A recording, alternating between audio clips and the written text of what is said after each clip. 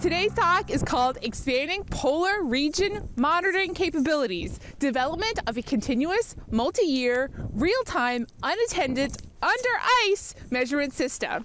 Today we're going to be tag teaming here at RBR, and you'll hear from me. I'm Candace Smith, Technical Sales Manager, based here in beautiful Halifax, Canada. And I'm Steph Stimson, RBR's Business Development Manager for Asia Pacific, based here in beautiful Tasmania. RBR has been designing and building world-leading oceanographic instrumentation for nearly 50 years. With 6 offices and a comprehensive network of local agents around the world, we have delivered RBR equipment to our clients to enable them to conduct successful measurement programs on every continent on Earth, including Antarctica, about 2,500 kilometers over my shoulder. We offer a complete range of instrumentation, from simple sensors to loggers and right through to systems and OEM products for other manufacturers to integrate into their own instrumentation, such as Argo floats. Here's an RBR Coda temperature and dissolved oxygen sensor that can be integrated into one of our loggers, your own data logger, or even a vehicle, such as an AUV or glider, for example. Our compact range of loggers are the RBR Solo and RBR Duet, such as this combined temperature and pressure logger I have here. These are totally self-contained. You open them up to configure them, and again to download the data via ultra-fast USB-C connection on completion of your measurement program. But they remain self-contained during the measurement program, running off a single AA battery. Jumping up to the standard size loggers, like the RBR Concerto I have here, these are larger in size, obviously, and have increased power and memory. This instrument is a CTD, having conductivity here, temperature, and depth. However, this one has the option of 2 additional channels here, allowing for the addition of, for example, PAR or turbidity, or even a fluorometer. In fact, a whole range of other RBR or third-party sensors to meet your program's needs. In this configuration, this is also self-contained logger, as it has a blank end cap which is removed to set up and download data from the logger. It also has twist activation built in, which is used to turn the logger on and off once configured, and this is also where the Wi-Fi electronics is contained if desired. We can offer the standard loggers for real-time projects in a couple of ways.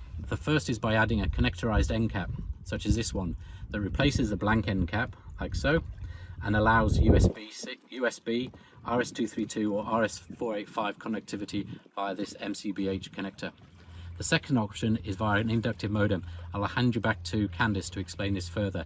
Here you go, Candace. Thanks, Steph. So I'll take the end cap off here and show you how to put it onto the mooring line modem. Here's the end cap. I'll just screw it on here.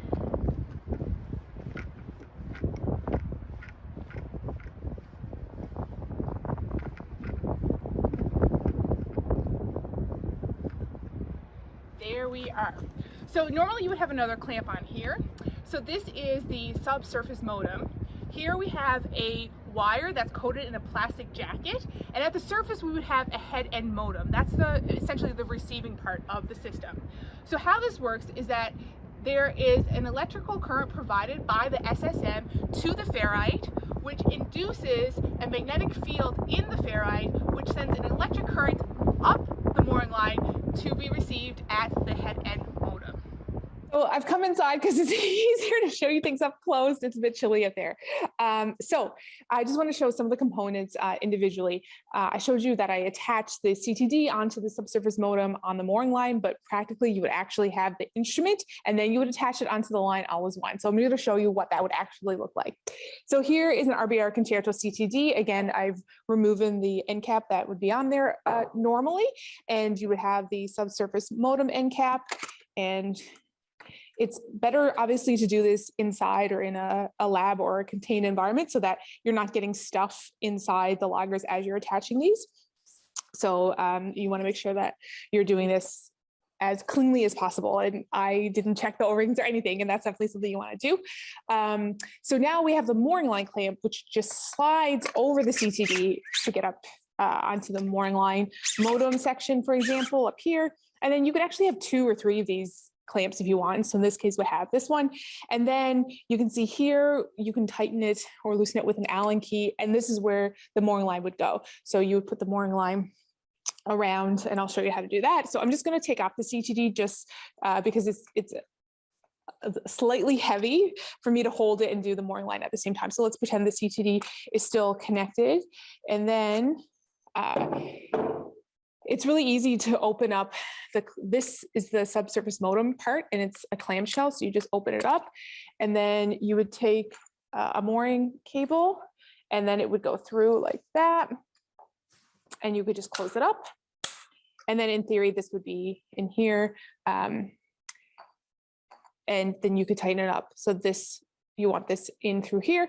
And here, I just wanted to show you that I didn't want to clamp this part on, just to show you that the subsurface modem itself is actually loose. It's not meant to be tight, and it's not meant to hold on to the mooring line, which is why we recommend the mooring line clamps. So again, you can put this in, and then when you tighten it, the whole system won't move. So that's a great way to do that. So yeah, it's just really easy to open it up, and there you go. So I'll hand it back to Steph. Go ahead, Steph. Awesome. Thanks, Candice.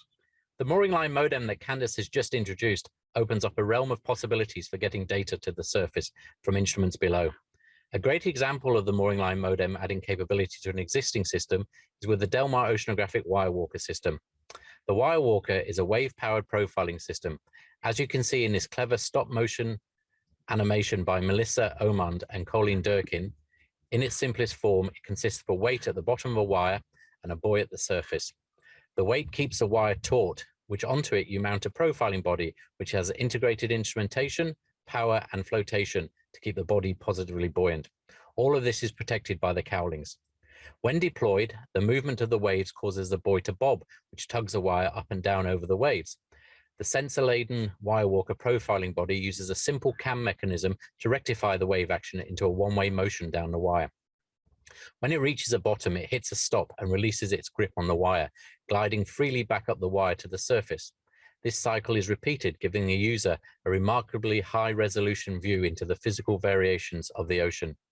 Traditionally, the data is stored solely on the logger, downloaded on recovery. However, given the profiling body is transiting along a wire, as can be seen in the middle of this image, by replacing this wire with a jacketed wire or cable and adding the mooring line modem system, the data can be brought to the surface at any time, no matter where the profiling body is during its cycle. The Wirewalker wire runs through the clams that Candice demonstrated earlier, but obviously no red clamps are needed, as it is required to run freely through the subsurface modem as the profiling body moves up and down the mooring. The next RBR evolution was the RBRcervello. As its name suggests, the Cervello is the brains of the operation, mounted at the surface. It controls the mooring line modem, it stores the data, and it allows access to the data either in person by USB stick download or via remote telemetry using GSM or Iridium. So real-time data collection anywhere in the world without stopping the profiling process is now possible. But the Cervello was originally designed to work with a single instrument. After being approached by a number of polar-focused organizations that wanted to conduct multi-year operations through the ice with a multiple number of instruments, not only different in type, but also in manufacturer, the in-house RBR R&D team worked with them extensively to expand the capability of the RBRcervello to allow this. Candice, back to you. Thanks, Steph. So now we're going to jump right into an actual example of what this looks like when we pull everything together. In particular, I want to just chat a little bit about the RBRcervello and how the development has been continuing. So in this case, we have, as Steph mentioned, we have a Cervello that's been developed to not take on just one RBR instrument like it was designed for the Wirewalker, but to take on multiple RBR instruments and now actually multiple third-party instruments. And in this case, they're instruments from Nortek. So I'm going to show you that right now, actually. So here we go. So this is a schematic of a mooring line, just to show you how we pull all the pieces together. Just note, nothing is to scale and everything is sort of block diagrams, so there are no real instrument pictures or anything in here. And I'm going to start at the top and talk about the Cervello again. The one that you saw just a few minutes ago from Steph, you could see that the antenna is actually attached right onto the instrument body. In this case, we've actually customized the Cervello even more by putting it into a customized box with insulation to keep it warm because there's batteries inside the Cervello. And then actually the snow is acting as extra insulation outside in Antarctica. And you may or may not know, but you can't have an antenna that's buried in snow to transfer the data. So we actually have a very long extended antenna cable so that the data can be sent from the Cervello as it is buried in snow. So that's a cool extra customization that we had to do. I just wanted to note here as well that you can see these lines represent the mooring line. And usually you just need the one jacketed cable or jacketed wire, as I showed you earlier. But in this case, because we are going through ice and because we have a lot of fresh water at the bottom, the meltwater, that it's to make sure that we're getting that return for the inductive modem, we've just double looped the mooring line. In open ocean situations with seawater, you likely would need this double loop. One mooring line would be fine. This cylinder represents the width of the drilled hole. It's very cool how they do that. I'm not going to go into the details, but then you can see under the ice, essentially what we have is something that you've seen earlier from me, which is an RBR Concerto CTD. Here you can see with a couple of clamps, those red clamps I showed you. You can see this is actually the ferrite holder, so the clamshell clamped onto the line, and just know all these numbers and digits on here are actually RBR part numbers if you're curious. So there we go, and in this case we have a couple of clamps. Here we have something called a virtuoso T. Again, for those of you who don't know, a concerto just means 3 to 5 channels at RBR, and virtuoso means 1 channel. So in this case, it's just a temperature logger. So this is just a thermistor on here instead of the full CTD up here. Now we have something a little bit more complicated. We have an altimeter, and then we have an Aquadopps instrument from Nortek. And then you can see the cables are running to this special subsurface modem, which is separate on its own. It has a few connectors with a clamp. So basically this is the ferrite. So it's essentially the end cap that I showed you earlier, but with some connectors off of it. And it's being powered by an RBR battery pack called the RBRfermata. So the power goes from here to the ferrite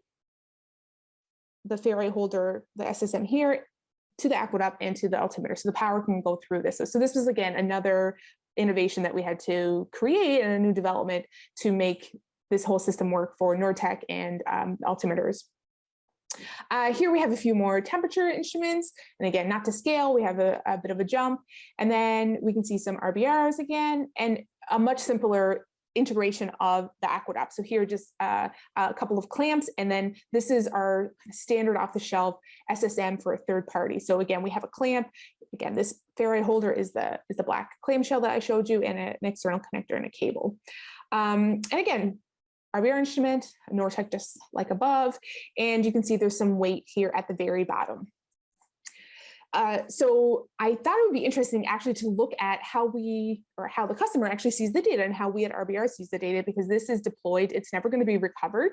So how does the data get from the Cervello to the customer?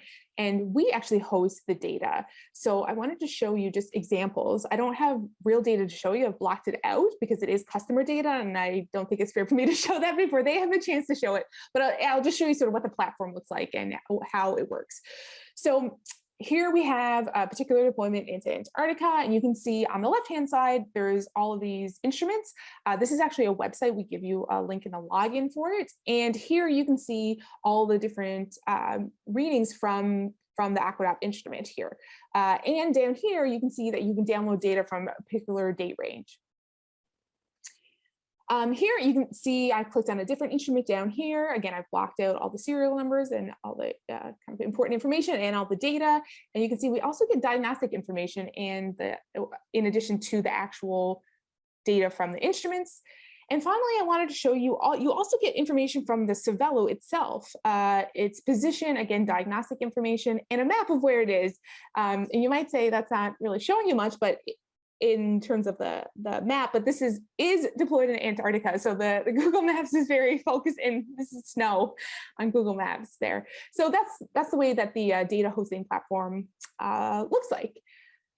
So that is enough for me, I think, and I'm going to pass it back actually to both Steph and I. Thanks for joining us. That's goodbye from me in sunny Hobart. And bye from me here in Halifax, where it's also sunny sometimes. Thank you. For more information on this project, or to discuss how the range of RBR instrumentation can help you with your research, please reach out to the team at RBR.